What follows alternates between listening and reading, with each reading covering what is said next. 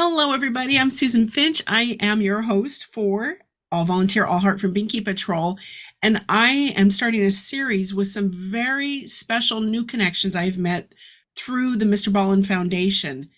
And we met on a group call, and I knew then I need to interview every one of these people so we can learn more about the organizations that are near and dear to their hearts. And today I have Bev Warnock on, and she is from an organization. You can shorten it. You better learn this URL, pomc.org, and it stands for Parents of Murdered Children. And you might think that's a small group. It's not. That's the worst part of this, is that the numbers are growing daily.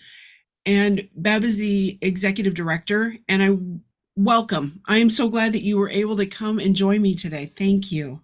Thank you for inviting me.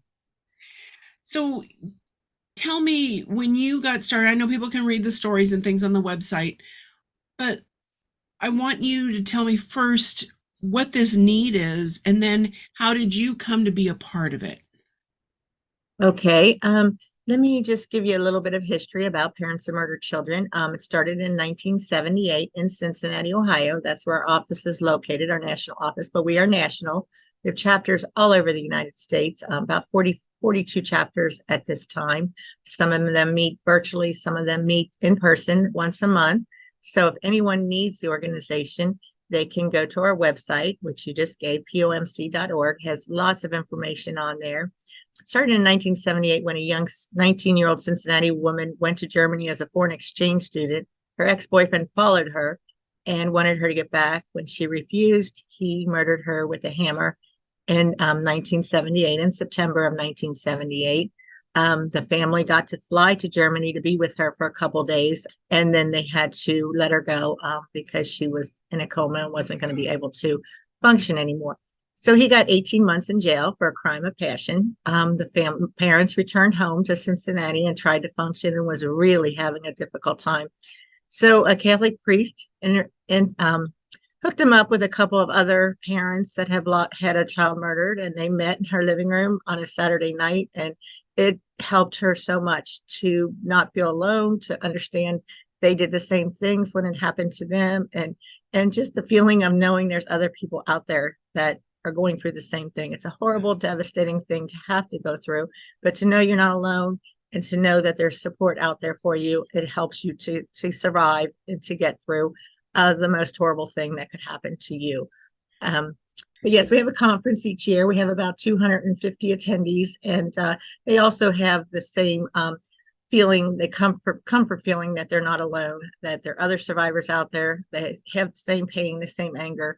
They're also for all families, siblings, siblings, parents, of course, aunts, uncles, spouses, anyone that has had a homicide in their life is welcome to join the support groups or come to the conference.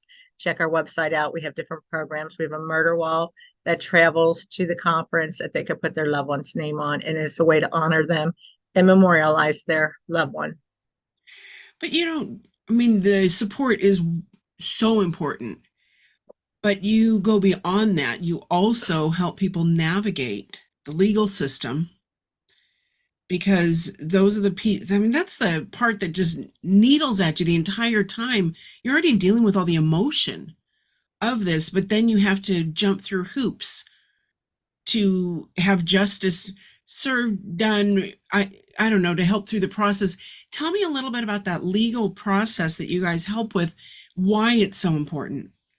Well, it is so important because most families that have a homicide in their life don't know anything about the justice system, have no clues. It's not something you learn in school. There's no classes in high school. Maybe in college you might have took a class, but you're just kind of totally ignorant to how the justice system works. And if it doesn't work well, then it's even more troubling for you. So we do support families by going to court with them, kind of helping them, showing them the way to go, telling them that this is normal to have a hearing or to have postponements after postponements, to how to do the victim impact statement, which is something they do at the end after they're convicted, to be prepared for the sentencing, to be prepared for all that. That is something that is so unknown to families, and they're just totally lost. So it does help to have someone there. Not that we're total experts, but we can help them. We can support them. We have the experience, have been through trials, so we kind of know what to expect, what could be normal, what is not normal. We can prepare them. We can even prepare them for later down the road when the murderer comes up for a parole hearing. That usually affects the families, puts them back to day one when it happens. And by having our parole block system, the program, it helps them to have some control over trying to be able to stop them from getting out. So that program is probably one of our most important, one of our most used programs that we have. And to clarify, when you opened with that story, that was an adult woman, but she's still somebody's child. Right. And so it Right. does, we people think about the tragic and horrible things we hear about babies and children and young kids, but our adult children are still always our children, and the grieving is no different and probably longer because you've known them longer. And you don't get Right. over it because they grow up and you can't move through it. And there's a good chance too that they were parents and they had children. And Yeah. so it's so many levels Right. that We have a lot of grandparents that are raising their grandchildren at an older age where that's the last thing they wanted to do, but yeah. they need to do. Yeah, most of them, like you said, are not children. We're not talking about babies. Most of them are usually adults. I would say the age range from 19 to 25, probably the most Mhm. popular age, and I have no reasons why. Domestic violence is a big cause these days of a lot of the murders. And the young Cincinnati woman that was murdered, that was domestic violence. But at the time, we didn't have domestic violence back in 1978. So that's why he only got sentenced to a crime of passion, not domestic. Today, he probably would have got at least 15 years to life. But back then, times have changed, thank God. So it is recognizing domestic violence Right. as a murder and the problems that it has. But yeah, these are not babies, and there are some babies, don't get me wrong, but yeah, it's more adult children. And you're right, you never stop loving your children. You never stop caring about them. It's harder to understand why they were taken violently, why, it's a little different than a death from a sickness or an accident or an overdose or however. It's just a totally different situation because it's a different grief, we call it, because you don't understand the whys. You don't understand why someone took their lives. You don't understand the violent way that it was taken. It's just not a sickness that you have time to say goodbye. You don't have time to say goodbye when they're murdered because you get that phone call and that's all you get usually is that they're already gone.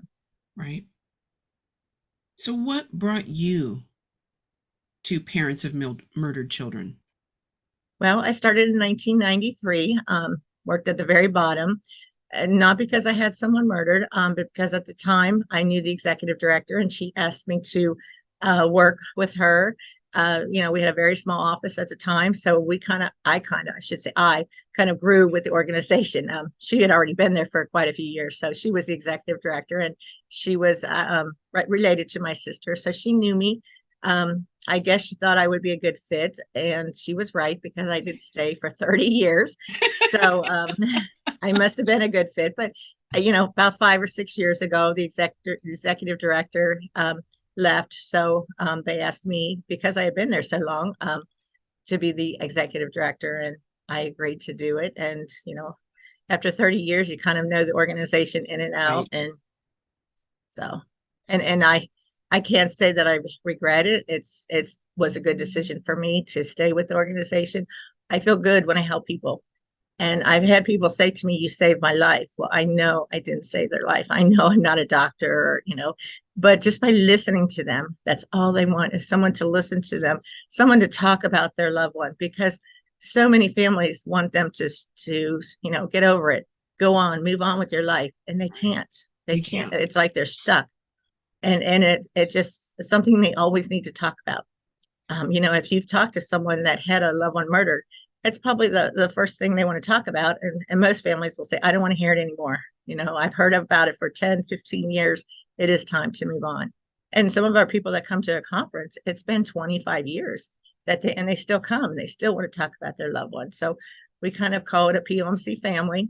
It's like a family reunion at the conference because there are people that have come for a long time, and there's also new people that need, the comfort of someone that's been there a long time to help them to know that they're going to survive. Right. The conference is a good example of seeing people that have, had the murder 20 years ago and they're still surviving. They're functioning, they're moving, they're doing what they're supposed to do, but they still don't give up, their loved one. They still want to talk about it. And that's true. I find that with friends too, and even with my own parents. It's been many, many years. But when that date comes around, I still remember. And that wasn't violent. That was age, that was heart attack, that was whatever it was. So with a violent, sudden, unexpected end, I have friends that have lost their children to illnesses, to cancer, and they've told me that one of the greatest gifts I give them is that I'll say, tell me a story about. I want to Mm-hmm. hear, tell me one of those stories. Or if I knew them, classmates I had that died from drunk driving or whatever it was, when I see their parents, I'll just email or text a quick memory. I was thinking about Mike today when I saw this, or I heard this song, because then they know that we haven't forgotten. Right. Right. And That's one of the most important things for these families is to know that their loved one is not forgotten. yes, That there's still memories out there. People remember them. So the most important thing, like you said, is to tell them, I thought about them today, or I have this memory of them. That is what they need to hear. That's a healing process for them, is to, it's part of healing. Going through grief is definitely a journey. It's something that they need to heal from, and it takes a long time, especially when it's a murder, because there's so many more facets. Like you said, the criminal justice system. If there's a sickness, you don't have to go through the criminal justice right. system. You don't have to deal with the police. You don't have to deal with a prosecutor who's intimidating. It's very intimidating to have to deal with these types of people, for these families to have to go through. But a memory of their loved one is a blessing for them. It is, because hopefully, we all want to leave this world leaving positive impact. And Yes. when our children are taken from us, when we lose somebody, we want to, you can make no sense of it. With violent crime, there is no sense. It makes no sense. So all you can hold on to is hearing that child lives on through memories, through stories, through the impact they had on others. Mm-hmm. And it's a really important thing, and I want to challenge everybody. I'm going to ask in a minute how people can help you, but I want to challenge everybody listening to this. If you know a friend who has lost a child of any age, they have not ever gotten over it. They will shut up about it because it is not received well, because people don't want to hear it and deal with it because it's so sad and so horrible and they can never fix it, and people want to fix things. Reach out. If you knew that child, tell that parent, tell that loved one left behind a great memory you had. I don't care if it's a song, if it's something mischievous that they got into, Yes. anything. And if you can really do it, ask them to tell you a story. Mm-hmm. When I was thinking about you the other day, because I know you lost your child, don't think that they're not thinking about it. You're not going to bring up something they're not thinking about. They think about it all the time. Right. And say, can you tell me a story, like a favorite holiday with them, or a birthday party, or something goofy that they did? Mm-hmm. Let them live that with somebody that isn't tired of hearing of it, that Right. allows them to express that. Listeners, I am daring you, challenging you, urging you, please take that time once a month to make a call to somebody that you know lost somebody, or sit with them. Go in person, do a Zoom. Let Mm-hmm. them see your face, that you are listening to them and you hear it. Remember to smile if you're in person, because they need to That's know one of that the you're not most just all sad. hurtful. Oh, I'm sorry. Go ahead. No, go That's one ahead. of the most hurtful things, for, let's say, a mother, because even their own husband doesn't grieve the same way. Everybody grieves different, and the husband may go back to work and just want to forget about it. He wants to get it off his mind and work hard. Well, how hard is that for the mother, the wife, to see your husband like that and not be able to cry and have him, be comforting. He's like, just stop, you need to stop crying. You can't stop crying, and it's very hard for couples to, be able to grieve the same way. And we see that as a big problem, with our families. That's one of the big problems. But like you said, just to hear their name, just to be able to talk to them is a wonderful thing for them to have. So I love that you would challenge people to do that. The other piece that you brought up too is just because the husband doesn't want to talk about it doesn't mean he's not grieving. It's Right. very, very difficult for men, for guys, men's men, like my husband, when they can't fix it, when Mhm. they can't help, when they can't change it, and they watch you suffering. My husband, if he watches me, it destroys him, and Mhm. he will Yes. shut off, go quiet, and hide out if he can't fix it. He will try when when he can do it, but at a certain point, it kills him to not be able to comfort me, and let alone deal Right. with his own grief and sadness. Mhm.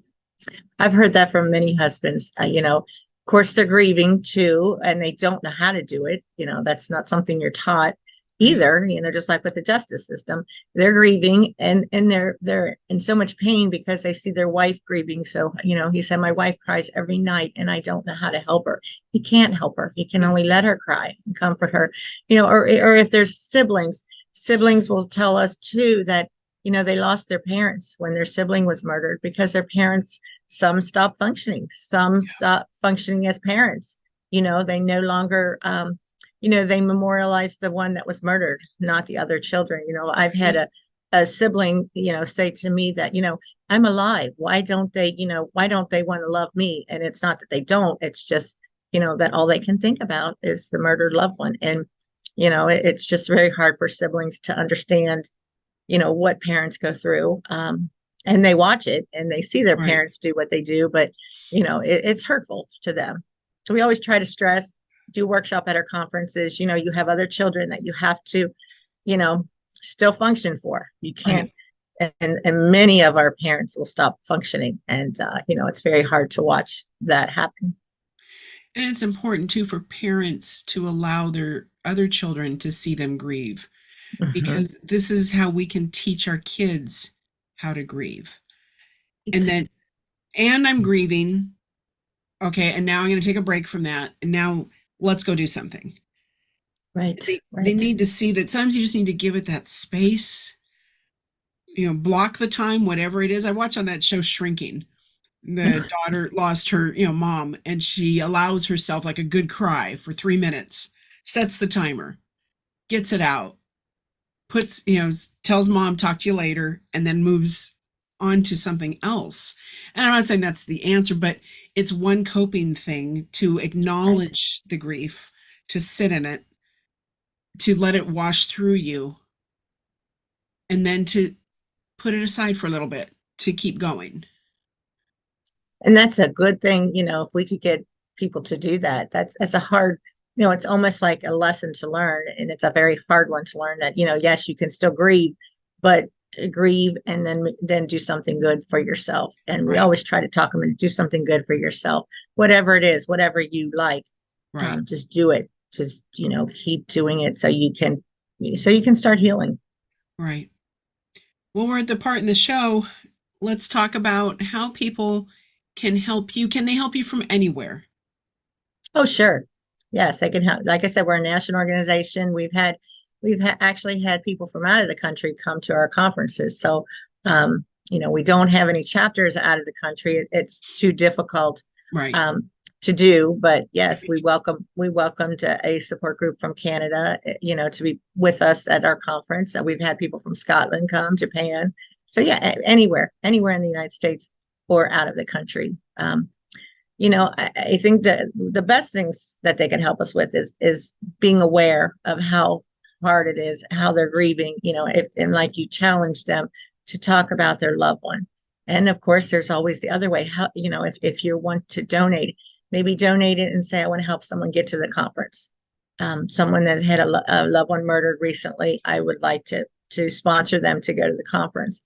And Right. that way that'll give them the first step of maybe learning coping skills, learning other things that they may need to know, how to deal with this, how to how to, start the healing of grief. So, any money donations, of course, would be helpful for some, and if they want to specify, not for the organization, but to help a family, we're happy to do that. We want people to come to the conference and get the help that they need. Fantastic. So everybody go to pomc.org. You can learn more about the organization, see ways to help, and get a lot of resources there too. And maybe you know somebody that could benefit from discovering this organization if they don't already know it, to be a part of it and to start through their healing process, which is a lifetime. But at least they will have people to walk on the journey with them. Right. It's actually interesting. Every time we go to a conference to a different hotel, there's always somebody at the hotel that has had someone murdered. It seems like every time we do any event, there's always somebody there that had no idea about parents of murdered children. So the most important thing, like you said, is just get the word out. Talk to people. We try to get the word. It helps now with the technology, with the internet and everything to get the word out. But it's still probably lacking in getting it out to everyone that needs it. Some people say, I never heard of you. I didn't know you existed. And it's been, 5 years since their, murder happened. So they could have found out about it at the beginning. When it first happened, it probably would have been more helpful to them to start healing a little sooner, to be able to cope with it, and things like that. And sometimes too, these families might be hesitant. Like, yeah, I'm not going to get a hold of this organization. Help walk them through it with love, folks. Some patience. Help connect and guide them and encourage them that the healing can start sooner, that they can get resources to navigate this entire new life they're about to embark on, not by their choice.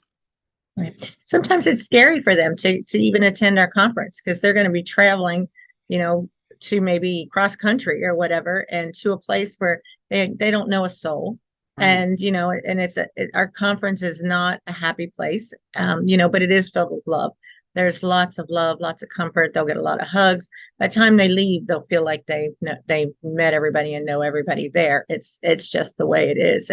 I've never seen so much love with people that are strangers. They bond. It's really a bonding experience because they've got, the same thing, the same anger, the same pain, or they've been through it and have moved, through it and are a little further down the road. So they know what it's like for the new attendees that are coming to the conference, and they can help them because they understand. Yeah.